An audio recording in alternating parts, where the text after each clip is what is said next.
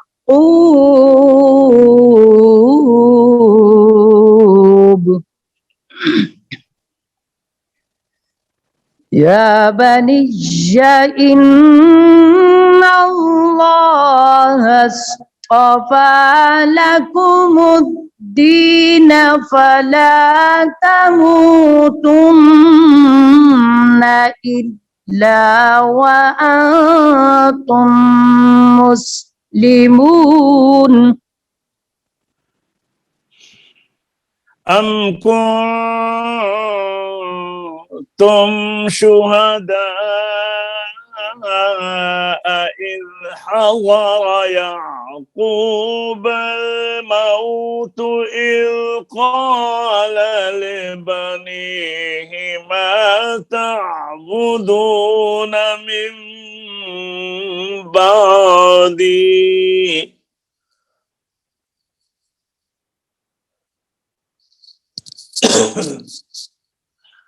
قالوا نعبد إلهك وإله